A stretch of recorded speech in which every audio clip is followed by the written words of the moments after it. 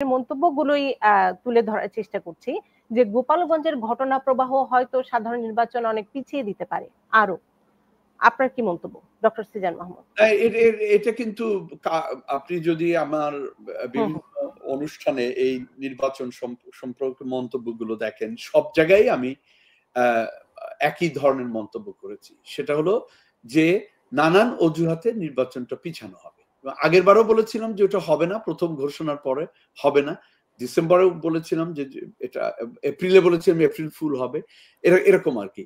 তো যে কোনো অজুহাতে কেন পিছনে কথা বলি, যখন একটি সরকার গণ অভ্যুত্থানের নাম করে, বৈষম্য বিরোধিতার নাম করে আসলে অন্য কোনো পারপাস সলভ করে, সেটি কতটা গণতান্ত্রিক, কতটা দেশপ্রেমিক সে বিচার মানুষ করবে। কিন্তু যখন অন্য উদ্দেশ্য থাকে তখন কিন্তু এই ছলচাতুরিগুলো আসতে থাকে। গোপালগঞ্জের ঘটনাটি আমরা এক বাক্যে বলেছি যে এটি গণহত্যা এবং এটি কলঙ্কজনক একটা অধ্যায় হয়ে থাকবে বাংলাদেশের ইতিহাসে। এবং এই ঘটনাকে কেন্দ্র করে আবার যদি ইলেকশন পিছানো হয় আমি অবাক হব না। ইলেকশনকে কেন্দ্র করে আপনি লক্ষ্য করে দেখেন, সংঘাতটা শুধু এখন এনসিপি আওয়ামী লীগ না, সংঘাতটা এনসিপি বিএনপির মধ্যে চলে গেছে। বিভিন্ন জায়গায় সরাসরি আঘাত প্রাপ্ত হচ্ছে রাজনৈতিক দলগুলো, অন্য দলগুলো।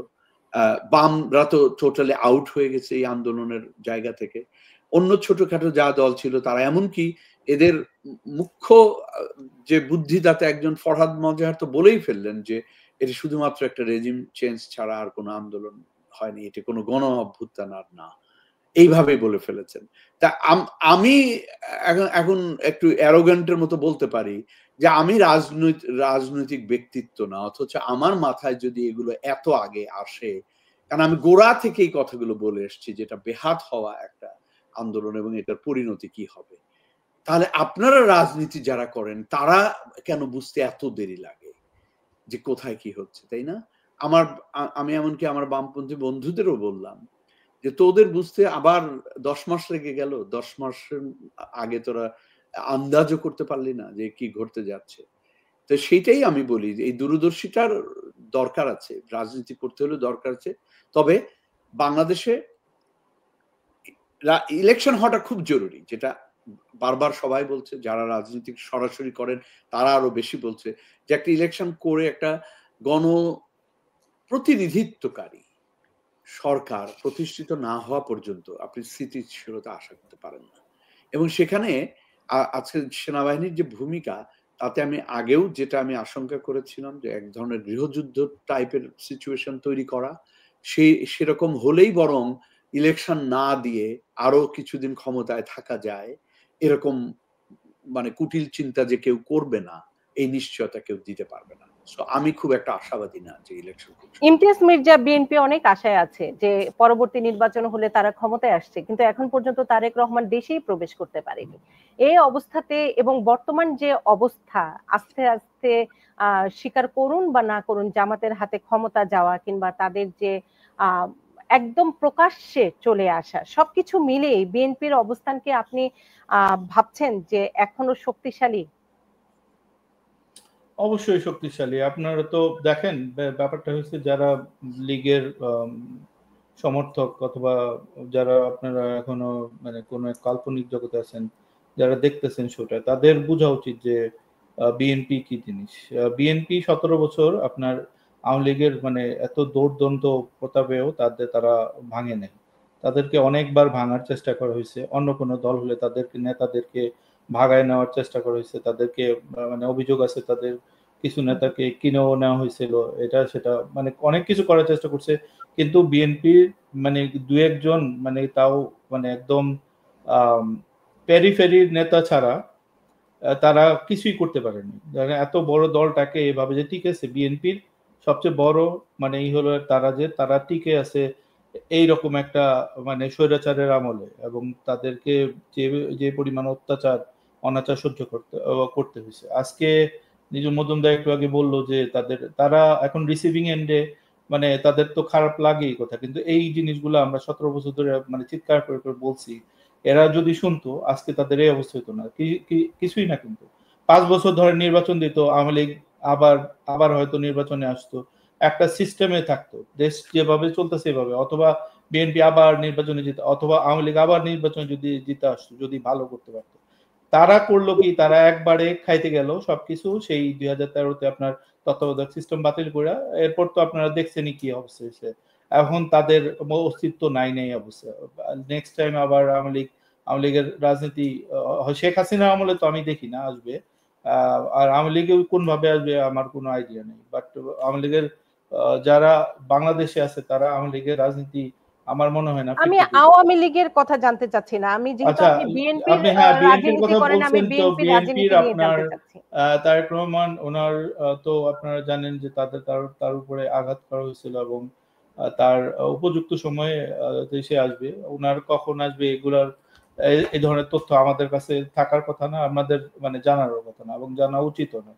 তো তবে আমার যতটুকু ধারণা তা উনি শিগগিরই আসবেন, আমরা সবাই তাকে সেই মেসেজই দেই যে আপনি তাড়াতাড়ি আসেন এবং দ্রুত মানে বাংলাদেশের হাল ধরেন, এবং এই বিএনপির হাল ধরেন আর কি। তারপর উনি আসলে অনেকটা এই সিচুয়েশন গুলা অনেক খালি শান্ত হয়ে আসবে, এটা ধারণা করি।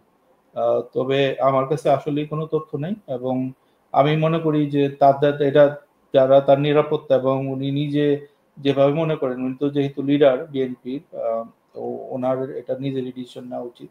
তবে আমি পার্সোনালি চাই উনি দ্রুত আসুন বাংলাদেশে, এবং এর আগেই আসা উচিত ছিল। নেক্সট আরেকটা কোশ্চেন কি করলেন আপনি? বিএনপির অবস্থান আপনার কি মনে হয়? বিএনপির অবস্থান অত্যন্ত শক্তিশালী আমি মনে করি, কারণ আমরা যে পোল গুলাতে দেখি বিএনপি আপনার জিতবে, এবং বিএনপি জিতবে বলেই আওয়ামী লীগ এতদিন নির্বাচন হতে দেয়নি, এটা আপনারা সবাই জানেন। যদি তারা জানতো যে কোনোভাবে এত আওয়ামী লীগ দাবি করতো যে তারা অনেক উন্নয়ন করছে, অনেক পদ্মা সেতু তৈরি করছে, নানান ধরনের উন্নয়ন করছে, সেই উন্নয়ন গুলা কিন্তু মানুষ আসলে খায়নি। যদি খাইতো তারা ইন্টারনালি পোল করছে অনেকবার, এবং দেখছে যে তারা আসলে কোনোভাবেই নির্বাচন দিতে পারবে না, এবং তারা এত অন্যায় অত্যাচার করছে, বিশেষ করে ধরেন গুম খুন গুলা, যেভাবে মানুষ মারছে, তারা 5500 মানুষ টোটাল খুন করা হয়েছে গত 17 বছরে, ক্রস ফায়ার থেকে শুরু করে জুলাই আন্দোলনে, তারপর হেফাজত হত্যাকাণ্ড, তারপর এই ব্লগার কিলিং, নানান ধরনের আপনার যেই গুম খুন গুলা, এগুলোর কারণে আপনার টোটাল নাম্বারটা আমরা খুঁজে বের করছি 5500। তো এই এতগুলো মানুষ যে মারছে তারা ভয় পাইতো যে তাদের উপর মানে প্রতিশোধ নেওয়া হবে। ওবায়দুল কাদেরের সাহেব অনেকবার বলছেন আমাদের যে 1 লক্ষ আওয়ামী লীগকে মারা ফেলা হবে, অথচ যখন এত বড় গণ অভ্যুত্থানে এতগুলো মানুষ মারার পরও কিন্তু আপনারা দেখবেন যে সেরকম কোনো ধরনের প্রতিক্রিয়াই হয়নি, মানে 5ই আগস্টের পরের সময়টাতে বা সেটাতে। তো তারা এই ভুল ধারণার উপর ভর করে তারা যেই দেশকে যেই অবস্থায় নিয়ে গেল, এটার দায় আসলে তো আপনারা দেখতেছেন কি হইতেছে। বিএনপির অবস্থান অত্যন্ত শক্তিশালী, এবং বিএনপি অত্যন্ত আশাবাদী যে নির্বাচন হবে, নির্বাচন আদায় করে নিবে। নির্বাচনের একটা ডেট, একটা অ্যাপ্রক্সিমেট একটা টাইম ফ্রেম আমরা জানি। আমাদের কিছু ডাউট আছে যে কিছু অ্যাক্টর আছে এখনো, এবং ভারত অলরেডি বিভিন্নভাবে চেষ্টা করতেছে বাংলাদেশকে ডিস্টেবিলাইজ করার জন্য। এই আজকের ঘটনা যেটা হচ্ছে, এটাও আমি বলবো যে এটা ভারতের ফেভারেই কাজ করবে, কারণ তারা দেখতেছে যে কোনোভাবে যদি আবারও তার একটা পাপেটকে বসানো যায় এই বাংলাদেশকে নিয়ন্ত্রণ করার জন্য। তো এটা এটা এটা বিএনপি মানে এটা কেয়ার করে না, কারণ তাদের সাংগঠনিক শক্তি অনেক বড়, বা আওয়ামী লীগ এবং বিএনপি এই দুইটা দলই বাংলাদেশের অত্যন্ত বড় দল, এবং ব্যাপারটা হচ্ছে যে একদম ইউনিয়ন, একদম গ্রাম পর্যায়ে এদের সাংগঠনিক শক্তি আছে, যেই শক্তিগুলা এনসিপি বা জামাত অথবা মানে জাপা বা এই ধরনের ছোট দলগুলার নাই আসলে। তো সেই দিক থেকে সত্যি বাংলাদেশে বিএনপি একটা বড় দল, মানে অন্যতম বড় দল, এবং তাদের নির্বাচনে জেতার বেশ ভালো চান্স আছে আমি বলবো। এখন দেখা যাক। আওয়ামী লীগ এখন মাঠে নেই বলে? আওয়ামী লীগ মাঠে নেই, এটা তো আসলে আমরা যেটা চাই, দেখেন ব্যাপারটা হচ্ছে এটা আমরা আওয়ামী লীগকেও হাজারবার বলছি যে তারা তো এটা মানে বিএনপি কে বাদ দিয়ে তারা কয়েকবার নির্বাচন করছে, এটা তো কোনো হইলো না। এটা মানে আপনার যদি প্লেয়ারই না থাকে তাহলে আপনি ফাঁকা মাঠে গোল দিয়ে আপনি তো আর লেজিটিমেসি পাইলেন না নির্বাচনে।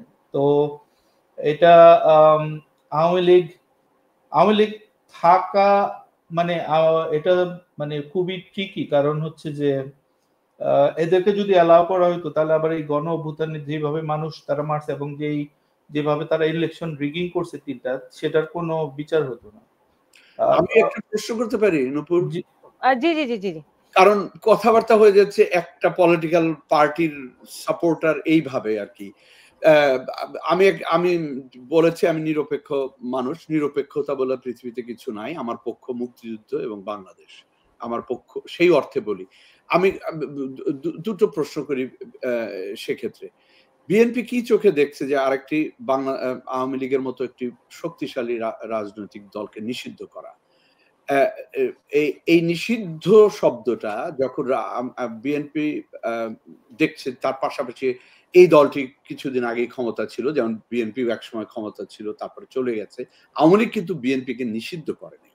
আওয়ামী লীগ বিএনপিকে ইলেকশনে ডেকেছে, নানা ছলচাতুরি হয়তো করতে পারে, রাজনৈতিক ছলচাতুরি, আমি শব্দগুলো খারাপ অর্থে বা ভালো অর্থে ব্যবহার করছি না, শুধু ভাষার জন্য বলছি, যে করে বলল এবং বিএনপি বুঝে গেল যে না আমাদের এই ইলেকশন নিরপেক্ষ হয়তো হবে না, সুতরাং আমরা পার্টিসিপেট করলাম না।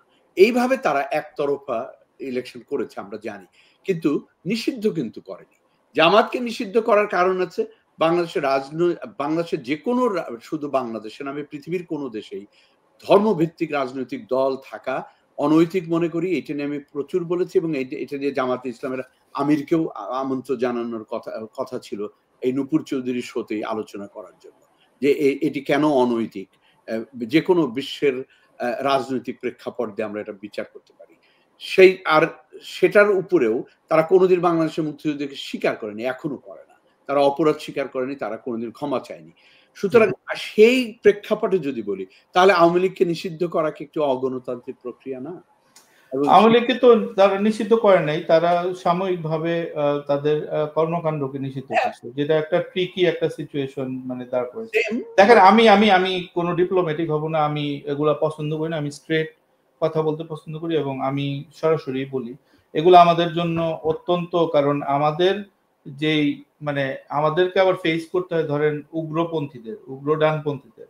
এরা সবসময় বলে যে আমরা বিএনপি কে একটা বাজে দিকে টাইনা নিয়ে যেতেছি, মানে যেটা আর কি ধরেন বাংলাদেশপন্থী, মুক্তিযুদ্ধপন্থী এবং সেন্ট্রিস্ট, লেফট সেন্ট্রিস্ট একটা পজিশনে আমরা নিয়ে নিতে পারি, সেন্ট্রিস্ট একটা পজিশনে রাখতে চাই আমাদেরকে ওই জবগুলো। কিন্তু ওগুলার দিকে ভয় না পেয়ে আমি সরাসরি বলবো, আমি যেটা চাইছি পার্সোনালি যে আমরা ট্রুথ অ্যান্ড রিকনসিলিয়েশন চাইছিলাম। কারণ যখনই এই ধরনের একটা ভয়াবহ ঘটনা ঘটে তখন আপনার বিভিন্ন দেশে আপনারা দেখবেন যে রুয়ান্ডা থেকে শুরু করে আপনার সাউথ আফ্রিকা, বিভিন্ন দেশে এরকম ট্রুথ অ্যান্ড রিকনসিলিয়েশনের মাধ্যমে দেশের একটা মানে হয়, এরা অপরাধ স্বীকার করে। কিন্তু আনফরচুনেটলি আপনাদের দুজনকেই আমি বলবো এবং যারা দর্শকরা দেখতেছেন, এরা প্লিজ আপনারা যদি পারেন আপনারা দেখেন, অথবা আপনারা নিজেরাও মানে যারা আওয়ামী লীগ সাপোর্টার আছে এদের সাথে কথা বলে দেখতে পারেন, এদের মধ্যে কোনো রিমোর্স নাই। যা প্রথম কথা, আপনি ফ্যাক্ট স্বীকার করেন না, ফ্যাক্ট স্বীকার না করলে আপনার ট্রুথের তো প্রশ্নই আসে না। তারপর রিকনসিলিয়েশন, এর আগে যে আপনার বিচার প্রক্রিয়া আছে আমরা বিচারও শুরু করতে পারিনি। এগুলা কারা করতেছে আই রিয়েলি ডোন্ট নো। এতদিনে আপনার বিচার প্রক্রিয়া শুরু করা উচিত ছিল, যারা ধরেন এই গণহত্যার সাথে জড়িত তাদেরকে বিচার করলে আমরা এই জিনিসগুলো কুল ডাউন হলে আমরা ট্রুথ এন্ড রিকনসিলিয়েশনের মাধ্যমে আমরা চাইতাম যে ওকে ঠিক আছে, আওয়ামী লীগের যেই ভালো অংশটা আছে তাদেরকে নিয়ে আমরা একটা মানে ঠিক মতো তাদের মানে বাংলাদেশের লেফট সেন্ট্রিস্ট যেই একটা আওয়ামী লীগের যে ভ্যাকুয়ামটা আছে সেই ভ্যাকুয়ামটা তা মানে করতে, এটা আমার একটা আইডিয়া বললাম। কিন্তু পরবর্তীতে এইটা যখন আমরা মানে এটা নিয়ে কথা বলতে গেছি তখন আমাদের উপর তারা হামলা করছে, এই যে জামাত শিবির বলেন। আমাদের গত 1 মাস প্রচন্ড ফাইট করতে হয়েছে, প্রতিদিন অসংখ্য গালাগালি, বট দিয়ে গালাগালি, কি পরিমাণ নোংরামি যে করছে। আমরা আওয়ামী লীগের আমলে এত গালি আমাদেরকে দেওয়া হয়নি। সিপি গ্যাং, আপনারা জানেন যে সিপি গ্যাং ছিল এক সময়, আওয়ামী লীগ বট বাহিনী দিয়ে আমাদের গালি দিত, কিন্তু এখন জামাতিরা আমাদের তার চেয়ে বেশি গালাগালি করছে। তো আমাদের ওই যে বললাম যে আমাদের ফাইটটা চতুর্মুখী হয়ে গেছে। তো এখন আমরা আওয়ামী লীগের এতদিন আওয়ামী লীগের সমালোচনা করছি, এখন আওয়ামী লীগকে আবার আমাদের মানে চিন্তা করতে হয়।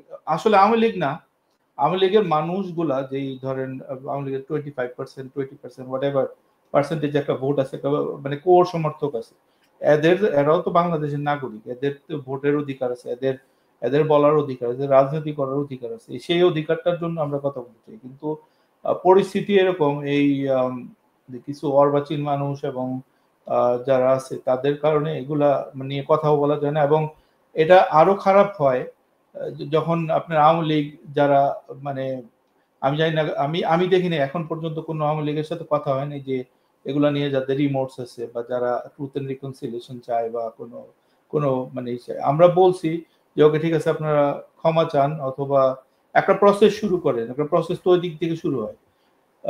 ধরেন গত কয়েকদিন আগেই দেখলাম ওই যে আপনার একটা নারায়ণগঞ্জে একটা স্তম্ভ করছে, যে স্মৃতি স্তম্ভ, যারা জুলাই শহীদ হয়েছে তাদের, এটাকে আপনাকে একটা একটা নোংরা একটা জিনিস বলে দিল যে এরকম একটা, এইগুলা যদি করতে থাকে আওয়ামী লীগের সাপোর্টাররা, তো তখন তো আর কিছু বলা যায় না যে ট্রুথ এন্ড রিকনসিলিয়েশন বা আওয়ামী লীগের রাজনীতি করার অধিকার, এগুলো আসলে মানে টু বি অনেস্ট বাংলাদেশে এরকম যে বাংলাদেশে হলো সবসময় আপনার বিরোধী দলকে খতম করে দিব, এটা আমরা কখনোই চাই না, বিএনপির সময়ও চাই না, এখনো আমরা চাইতেছি না, আমরা চাই না এই খতমের রাজনীতি। আপনার সেটাই জাস্ট আপনার ভায়োলেন্স বিগেট ভায়োলেন্স। আপনার ওই যে মহাত্মা গান্ধীর একটা কথা আছে যে আমরা একটু সিজন মাহমুদের মতামতটি একটু নিয়ে নিই। জি জি না, সেটাই, মানে আমরা যেভাবে প্রথম থেকে বলে আসছি যে এই প্রতিহিংসার রাজনীতি বন্ধ হওয়া দরকার। আজকে গণতান্ত্রিক একটা ইয়াতে প্রক্রিয়াটার একটা বড় কথা হলো দ্বিমত থাকবে, আমরা দুজন দুই রকম পথের মানুষ হতে পারি, কিন্তু পথের শেষে আমাদের গন্তব্যটা হলো দেশের কল্যাণ, দেশের মঙ্গল। এটাই রাজনীতির এই যুগে এসে আমরা এখনো যদি মানে সেই কলোনিয়াল সময়ের মতো করে চিন্তা করি যে আমি যখন ক্ষমতায় থাকবো তখন আমার সবাই প্রধানত, কিংবা কিংশিপের মতো চিন্তা করি, এই জিনিসটা থেকে আমরা বের হতে পারছি না। এবং এখনো যারা এত পরিবর্তনের কথা বলে এলো তারা তা আরো পারছে না। এবং এই জিনিসগুলো প্রশ্ন করা বেশি জরুরি হয়ে গেছে।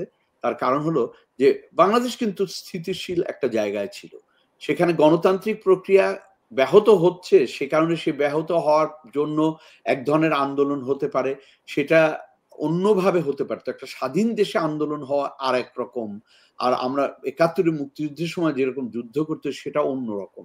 কিন্তু তার যদি একই রকমের যদি পরিণতি হয় যে নিজের দেশের, যেটা আমিও একই রকমের কি বলবো মানসিকভাবে বিপর্যস্ত, যে একটা স্বাধীন দেশে আমি হয়তো নিজুম মজুমদারের মতো বলতে পারলাম না, কিন্তু আমিও একইভাবে মানসিকভাবে বিপর্যস্ত যে একটা স্বাধীন দেশের একটা নিরপরাধ নিরস্ত্র নাগরিক, সে জনগণের পয়সায় চলা আর্মি তার বুটের তলায় চলে যাচ্ছে আহত অবস্থায়, পৃথিবীর কোনো যুক্তিতে চলবে না। তার মানে এই না কেউ যদি দেশে সম্ভব নয় না, এইগুলো ফালতু কথা। জুলাই আমি কোথায় ছিলাম কি ছিলাম না সেটা দিয়ে এখন একটা অন্যায়কে আমি বলতে পারবো না, সেটা ঠিক না। জুলাই কি করেছি না করেছি সেটার আমার ফিরিস্তি দিয়ে আমারও কারো কাছে দায় না, কিন্তু দায়টা হলো যে হ্যাঁ, আপনার যদি প্রশ্ন থাকে আপনি খুঁজে দেখেন জুলাইতে আমি কি করেছি। আমি হলো এভাবে বলি, আমাকে যারা প্রশ্ন করে যে আপনার যদি প্রশ্ন থাকে যে আমি জুলাইতে কি করেছি, আপনি খুঁজে দেখেন গিয়ে, ওটা আপনার দায়িত্ব, ওটা আপনার গবেষণার কাজ, আমার না। আমার সবাই ঘরে ঘরে গিয়ে। আমি কি সেজন মাহমুদকে একটা কোয়েশ্চেন করতে পারি? জি জি জি করুন। আচ্ছা, তা আপনি কিভাবে দেখেন যে আওয়ামী লীগ কিভাবে ফিরতে পারে, বা মানে এরা যে এদের যেই মানে যেই গণহত্যাটা করছে, তারপর যেই লুটতরাজ তারা করছে, এরপর মানে তারা কি চিন্তা করতেছে এখন? যে অবভিয়াসলি আমরা যেটা দেখতেছি যে তারা আবার কোনো একভাবে শেখ হাসিনার যে কথাগুলো শুনি যে হুট করে ঢুকে যাবে, তারপর কোন একটা মানে একটা গ্যাঞ্জাম করে ওখানে ঢুকবে, কিন্তু তারা কি মানে সভ্য বা মানে ভালো মতো কোনো চিন্তা করতে পারে না যে ওকে ঠিক আছে আমরা আমাদের দোষগুলো স্বীকার করি এবং নেই, এবং যে গণহত্যা আমরা করছি, যে মানুষগুলো আমরা মারছি সেটা স্বীকার করি,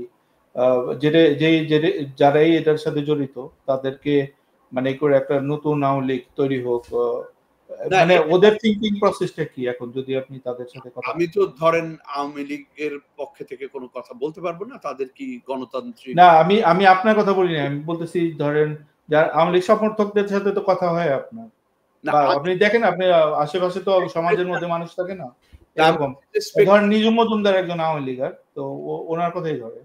না, আমি স্পেকুলেশন করতে পারি, এবং আমি আইডিয়ালি কি হওয়া উচিত সেটা বলতে পারি যে আমি একজন সচেতন, রাজনীতি সচেতন নাগরিক, বাংলাদেশের মানুষ হিসাবে আমি রাজনীতি সচেতন আন্তর্জাতিক মানুষ হিসাবে আওয়ামী লীগের মতো একটি দলের কি হওয়া উচিত বা কি করা উচিত আমি বলতে পারি। ওদের নেতৃস্থানীয়রা কিভাবে কি ভাবছে সেটার আমি কোনো কি বলবো পক্ষ নিয়ে বলতে পারবো না, কিন্তু এভাবে বলি, সেটা হলো যে ধরুন বাংলাদেশের প্রত্যেকটা রাজনৈতিক দল এখন পর্যন্ত কোনো না কোনো ভাবে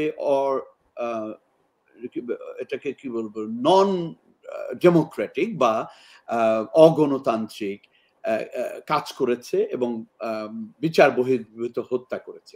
প্রত্যেকটা দলেরই আমরা উদাহরণ দিতে পারি এবং এই উদাহরণগুলো প্রত্যেকটা দলের বিরুদ্ধে সেই অভিযোগগুলো আছে এবং আমরা স্পেসিফিক ঘটনা দিয়ে বলতে পারি।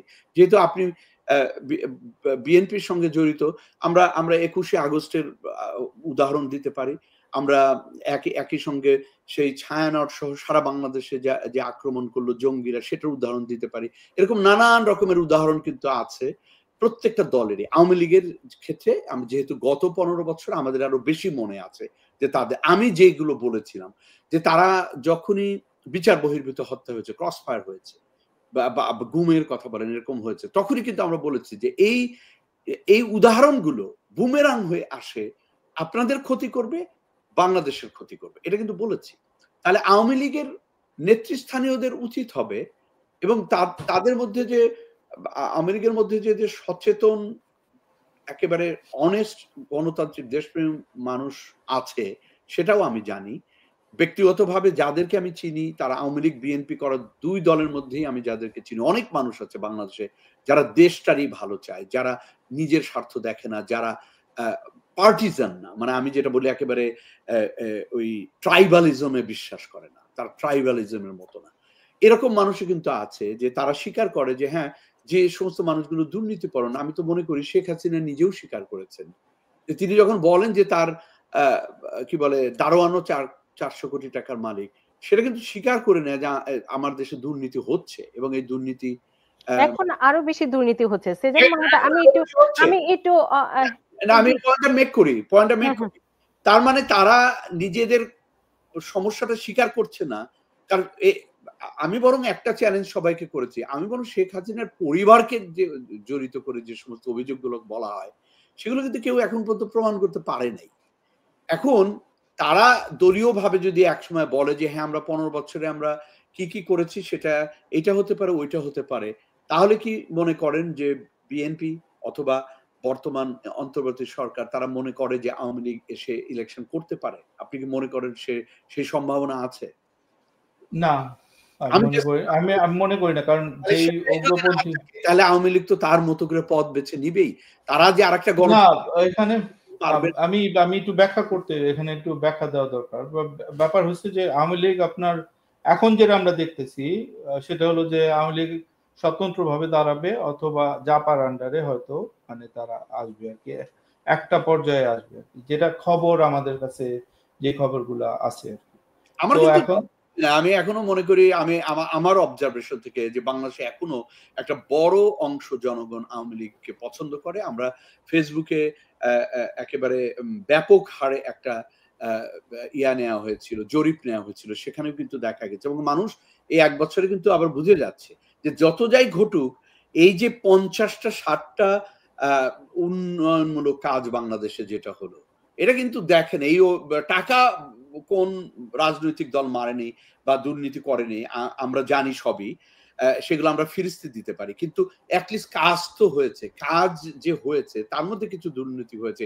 এই কাজ হওয়াটার প্যারালাল আপনি একটা দলকেও আর দেখাতে পারেন না। এটা একটু আপনার সাথে আমি তাহলে তর্ক বিতর্কে জড়াই যেতে হবে। কারণ হলো আপনি 233 বিলিয়ন 38 বিলিয়ন ডলার, এটা কিন্তু বর্তমানে যে কোথায় আছে না, এটা তো আপনার ওরা যেই শ্বেতপত্র আপনারা তো আপনারা দেখছেন, হয়তো আপনারা পড়ছেন কিনা জানি না, ব্যাংকগুলা লুট করা হয়েছে। শুনেন, এর আগের প্রতিটা সরকারি, আমি একটু জানতে চাই, আমি একটু নিজে বোঝার জন্য, বাংলাদেশের মোট অর্থনীতির পরিমাণটি যদি একটু বলতেন সে তুলনায় দুর্নীতির পরিমাণটা আমরা সেটা হলো যে গত 15 বছরে একবারে তো আপনার এতগুলা টাকা লুট করে বা এতগুলা টাকা বাংলাদেশে মানে ওই রকম কত বাংলাদেশের পুরো টোটাল অর্থনীতির একটা অংশ।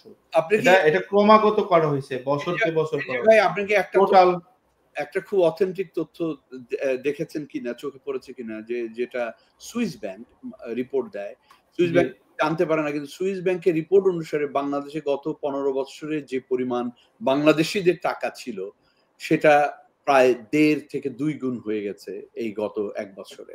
এটা কিন্তু সুইস ব্যাংকের রিপোর্টে এসছে, মানে সুইস সরকারের পক্ষ থেকে রিপোর্টে এসছে। তো এটা ইন্ডিকেট করে এরকম ডিফারেন্ট আছে, আপনার বাহামাতে টাকা রাখে, বিভিন্ন পেনামাতে রাখে, তারপর অনেক এগুলো আপনি জানেন, আমেরিকাতে থাকেন আপনি তো জানেন কোথায় কোথায় ধনীরা টাকা রাখে।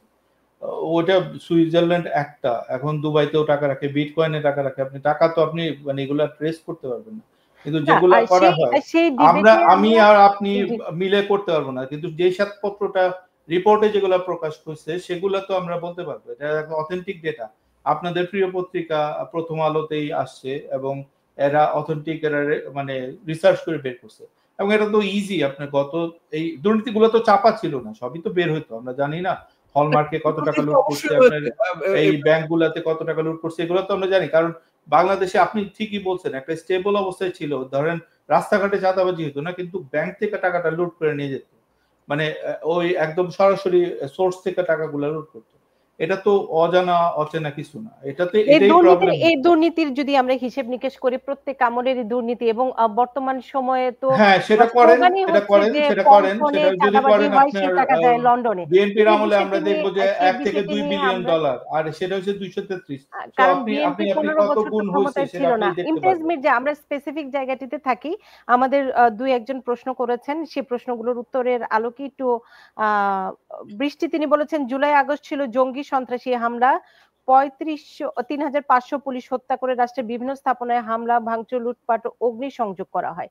এবং ইমতিয়াজ মির্জাকে আমি এই প্রশ্নটি করতে চাই, আপনি বারবার বলছিলেন 5,500 জনকে হত্যা করেছে সাবেক প্রধানমন্ত্রী শেখ হাসিনা। তো সেই প্রেক্ষাপটে আপনি 5,500 সংখ্যাটি কি পুলিশ সহ ধরেছেন, যেটি উনি চলে যাওয়ার পর? 5,500 কমপ্লিটলি এটা শুধুমাত্র যারা ভিকটিম তাদের। দেখেন 700 মানুষকে গুম করা হয়েছে, ক্রস ফায়ারে খুন করা হয়েছে 2,500 মানুষকে, 1,500 মানুষকে খুন করা হয়েছে এই যে আপনার ইসের মধ্যে কি বলে জুলাই আন্দোলনে 1,500 যেই রিপোর্টটা আসছে, এরকম এই টোটাল নাম্বারটা আপনার 5,500 হয়েছে। তারপর বিভিন্ন স্কারমিশে ধরেন 2015-তে যে আন্দোলনগুলো হয়েছে, বিএনপির আন্দোলন, তারপর হেফাজত আন্দোলন, বিভিন্ন আন্দোলনে তো গুলি করে মানুষকে মারা হয়েছে। আপনার নিজামী কি বলে আপনার সাইদির বিচারের সময় 200 মানুষকে গুলি করে মারা হয়েছে। তো নানান সময় সেই অ্যাগ্রিগেট নাম্বারটা হলো 5,500। আর উনি যে 3,300 মানুষ কি বলতেছে পুলিশ হত্যা করা হয়েছে, কমপ্লিটলি ফ্যাব্রিকেটেড, মিথ্যা কথা। এই ধরনের এগুলা বলেন বলে আপনাদের আরো প্রবলেম হবে। এই মিথ্যা কথা না বলে সত্য বলে যদি একটু ট্রাই করেন হয়তো কোনো ট্র্যাকশন পাইতে পারে, কিন্তু এগুলা বললে মানুষ হাসবে, আমার কিছু বলার নেই। না, এটা দর্শকের প্রশ্ন, সে কারণে আপনাকে আমি জি ওনাকেই বললাম যে এটা কমপ্লিটলি ফলস একটা নাম্বার, এর ধারে কাছেও নাই। আমরা অনুষ্ঠান আজকের মতো একটু শেষ করব। গোপালগঞ্জের ঘটনা প্রবাহ নিয়ে শুরু করেছিলাম, যেটি আমার ভূমিকাতে ছিল যে কে হেরেছে কে জিতেছে। একটি কথাই আমি বলবো, সেটি হচ্ছে সাধারণ মানুষ হারে যে কোনো রণক্ষেত্রে এবং বাংলাদেশ হেরেছে। এটি হচ্ছে মূল থিমটি ছিল আমার আজকের অনুষ্ঠানের। এবং সেজান মাহমুদ, আপনি উপসংহারে আজকের মতো কি বলবেন? কারণ গোপালগঞ্জের ঘটনা প্রবাহ আপনাকে শুরুতেই আমি বলছিলাম যে আজকে বাংলাদেশের যে ভয়াবহতার চিত্র, তার একটি মানে শুধু গোপালগঞ্জ বললে হবে না, প্রতিদিনই ঘটনা প্রবাহ ঘটছে, প্রতিদিনই পাথর দিয়ে মানুষকে মারা হচ্ছে, প্রতিদিনই মানুষকে যে হারে নির্বিচারে, এবং শুধুমাত্র আওয়ামী লীগের দোসর বলে বাড়িতে বাড়িতে হানা চলছে, তল্লাশি চলছে পুলিশের। মানে এটি মনে হয় কোনো এর আগে কোনো সরকারের আমলে এ ধরনের ঘটনা ঘটেনি। ডক্টর সেজান মাহমুদ, আপনি কি বলবেন? আমি এক কথায় বলবো, সেটা হলো যে যে শব্দটা আপনারা ব্যবহার করছেন আওয়ামী লীগের বিরুদ্ধে, স্বৈরাচার, স্বৈরাচার শব্দটা যদি ব্যবহার করতে চান, এই বর্তমান অন্তর্বর্তীকাল স্বৈরাচারের চেয়েও অধিক করে ফেলেছে। 15 বছরে যা সম্মিলিতভাবে আমরা দেখি নাই, এই গত 1 বছরের মধ্যে তার চেয়ে বেশি ঘটছে এবং পুলিশ হত্যা করা হয়নি এই কথাটা ঠিক না। সংখ্যা আমি গবেষণা করে বা জনে গিয়ে যেতে পারবো না, কিন্তু আমাদের কাছে ডকুমেন্টেশন আছে বাংলাদেশে গণহত্যা, নানান রকমের গণহত্যার, এবং সেগুলো আমরা যেমন হিউম্যান রাইটস নিয়ে কাজ করি সেই জায়গাগুলোতে আছে। বাংলাদেশে এই 1 বছরের মধ্যে, এমনকি এখন তো আমি জুলাইয়ের ওই হত্যাকাণ্ডের পুরো দায়ভার সরকারকে আমি দিব না। আপনি যেমন কানাডায় থাকেন, আমি আমেরিকায় থাকি, পৃথিবীর কোন দেশ আমার জনগণ যদি প্রোটেস্ট করতে এসে জানমালের ক্ষতি করে, পৃথিবীর যে কোনো দেশ গুলি করার আদেশ দেবে। আমেরিকাতে আপনি পারবেন গিয়ে পুলিশকে মানে 15 জনকে, আমার জেলাতে 15 জন পুলিশের নাড়ি ভুড়ি কেটে মেরে ফেলা হয়েছে এবং একটা পুকুরের মধ্যে ফেলে দেওয়া হয়েছে যেখানে একজন প্রেগনেন্ট ওম্যান ছিল। না, এই ডিনায়াল গুলো আপনাদেরও থাকলে চলবে না। আওয়ামী লীগকে বলুন। আমি তো ডিনাই করিনি, আমি বলছি যে পুলিশ মারা হয়েছে এবং আমরা খুব প্রাউড যে পুলিশ তখন মারা হয়েছে। প্রাউড? এই তো অবশ্যই প্রাউড, কারণ আপনি যেভাবে খুন করছে, আপনি যেভাবে মারা হয়েছে এগুলো তো আপনি দেখছেন, তখন জুলাই আন্দোলনে দেখছেন না? তো আপনার ছোট বাচ্চাদের রিয়া গোপকে নারায়ণগঞ্জে আপনার মানে খুন করা হলো। এখন তো আমরা এটাও মানে এটা তো আপনার লেথাল উইপেন। আপনি এই কয়েকদিন আগে শেখ হাসিনার কণ্ঠে আমরা শুনলাম। না, ওইটা একটা ডিফারেন্ট সময়ের অডিও, আমরা সেটাও শুনেছি। না, ওটা কিন্তু পরবর্তীতে ওটা পাওয়া গেছে। ওটা হলো হলি আর্টিজানের সময় উনি বলেছিলেন যে হ্যাঁ গুলির আদেশ। না, এর আগেও আপনার এই যে তাপসকে কল করছে, হেলিকপ্টারে মারা হইতেছে, এই তো অডিও বের হয়ে গেছে, আরো বের হবে সামনে। এইগুলো কোনো প্রমাণ না, এগুলো না দেখেন, আমি কিন্তু আপনার প্লিজ, আমি কোনো প্রপাগান্ডা করতে আসিনি। আপনার এটা ব্রিটিশ, ওরা বিবিসি বের করছে। আপনি বিবিসি কে প্রশ্ন করেন। আমি সাংবাদিকতা করা মানুষ, বিবিসি কেও আমরা ধরেছি যে হ্যাঁ ধরেন, তো ওরা ওইটার অডিও, ওই যে ওখানকার কারেন্টের ফ্রিকোয়েন্সি ধরে ওরা দেখছে। অডিও কারেক্ট, কিন্তু টাইমটা ভাই ওটা হলি আর্টিজানের অডিও, ওটা ব্যবহার করা হয়েছে এই জুলাইয়ের কথা বলে। অডিওটা ঠিক আছে, যেটা শেখ হাসিনার ভয়েস, ওটা সায়েন্টিফিক্যালি অ্যানালিসিস করা যায়, সেটা আমরা জানি, কিন্তু টাইম তো ওটা না।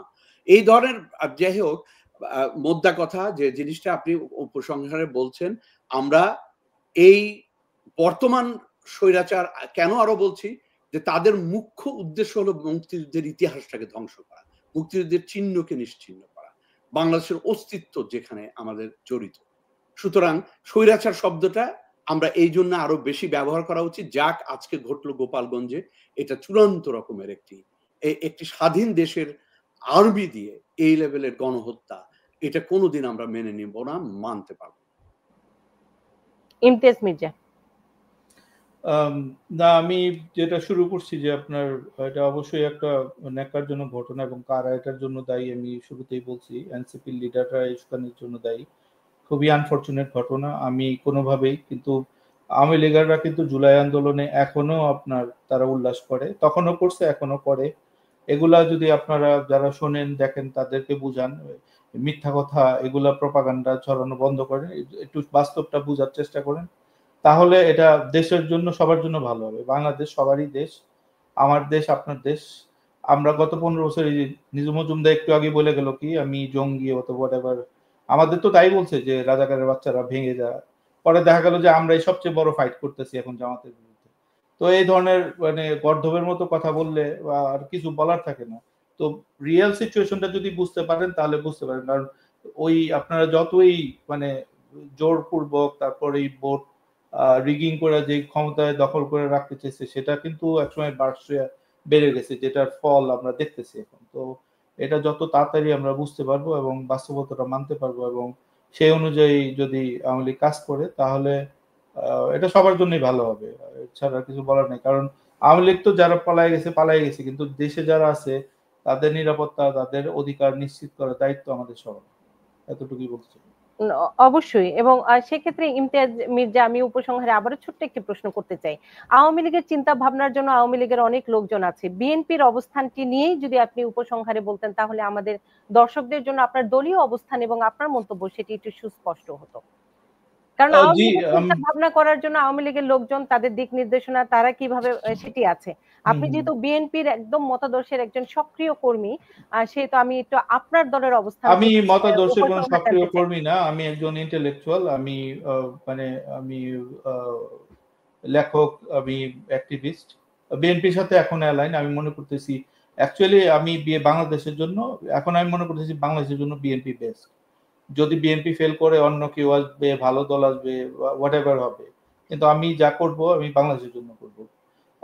আপনার প্রশ্নটা হলো যে কি বিএনপি এখন কি চিন্তা করতেছে বা কি করবে? বিএনপির অবস্থান সবকিছু মিলিয়ে উপসংহারে যদি একটু বলতেন। হ্যাঁ, এখন আমরা যেটা, আমি তো বললামই যে বিএনপি, আমরা মুক্তিযুদ্ধের পন্থীর দল। বিএনপিতে সবচেয়ে বেশি মুক্তিযোদ্ধা আছে। বিএনপিতে স্বাধীনতার ঘোষণা দিয়েছিল আপনার জিয়াউর রহমান, এবং উনি একজন ভিশনারি লিডার ছিলেন। আপনারা দেখছেন তার শাসনামল, উনি সৎ ছিলেন। তো সেই অনুযায়ী যদি, এবং প্রতিটা আমলে বিএনপির আমরা দেখছি যে কি বলে উন্নতি হয়েছে, যে বাংলাদেশের গার্মেন্টস, তারপর যে অর্থনীতি, যেই প্রবৃদ্ধি, সেগুলা আপনার জিয়াউর রহমান আমলে করা, এবং সেটার ফল আমরা পাইছি। সাইফুর রহমান ছিলেন খালেদা জিয়ার আমলে, উনি আমাদের একটা মুক্তবাজার অর্থনীতিতে প্রবেশ করে দিয়ে গেছেন, সেটার ফল বাংলাদেশের প্রত্যেকটা সরকারের আমলে উন্নতি হয়েছে। আপনি যদি দেখেন যে আমাদের ট্রাজেক্টরিটা কিন্তু খুব ভালোভাবে গেছে, যদিও আমরা সামাজিক নিরাপত্তা নিশ্চিত করতে পারিনি, কিন্তু বাংলাদেশের উন্নতি সব প্রতিটা সরকারের আমলেই